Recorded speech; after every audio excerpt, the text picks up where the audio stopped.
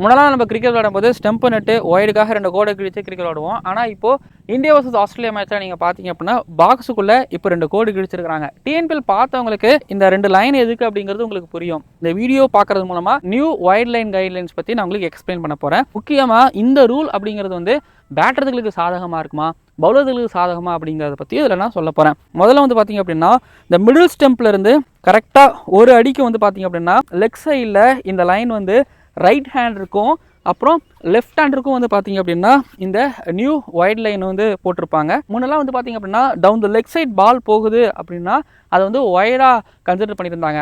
ஆனால் இப்படி ஒரு கோடை போட்டு பால் டவுன் த லெக் சைட் போகுது, அது வந்து லைனுக்குள்ளே போகுது, அது லெஃப்ட் ஹேண்டருக்கோ ரைட் ஹேண்டருக்கோ போகுது அப்படின்னா அது வந்து வைடு இல்லை, லீகல் டெலிவரி அப்படின்னு கன்சிடர் பண்ணுவாங்க. சரி, ஒரு பேட்ஸ்மேன் இப்படி நிற்கிறாரு அப்படிங்கும்போது பால் இந்த லைனுக்குள்ளே போகுது அப்படின்னா ஓகே, அது வந்து பார்த்தீங்க அப்படின்னா legal delivery. But in case bowler ball போடும்போது ஒரு பேட்ஸ்மேன் இங்கே நின்றுட்டு இப்படி வந்தார் அப்படின்னா ஸோ எங்கே முதல்ல நின்னாரோ ஓகேங்களா அந்த இடத்துலேருந்து கரெக்டாக அந்த ஒரு அடி அப்படிங்கிறது வந்து பார்த்தீங்க அப்படின்னா பின்னாடி போகும். ஸோ அப்போ பால் டவுன் த லெக் சைடு அங்கே போனாலும் வந்து பார்த்தீங்க அப்படின்னா லீகல் டெலிவரி அப்படின்னு சொல்லுவாங்க.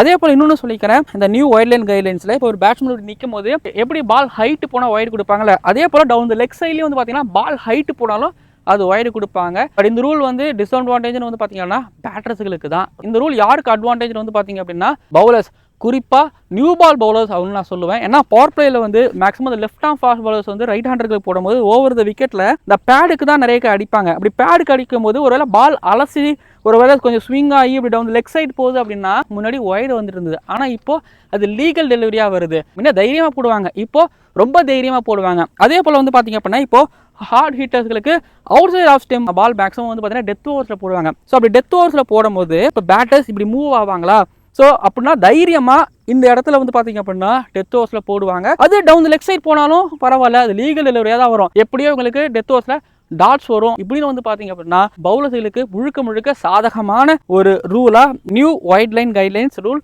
வந்திருக்குது. ஸோ இதை பற்றி பவுலர் நீங்கள் என்ன நினைக்கிறீங்க, பேட்டர்ஸ் நீங்கள் என்ன நினைக்கிறீங்க அப்படிங்கிறத கீழே வந்து கமெண்ட் பண்ணுங்கள்.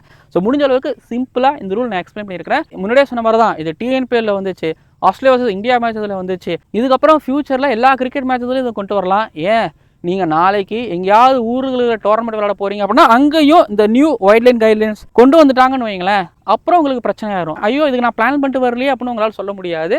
ஸோ தெரிஞ்சுக்கோங்க, மறக்காமல் நம்மளுக்கு கிரிக்கானதாஸ் யூடியூப் சேனலை சப்ஸ்கிரைப் பண்ணி வச்சுக்கோங்க. இதே போல் நிறைய ICC rules and laws explain பண்ணிகிட்டு இருக்கிறேன், பாருங்கள்.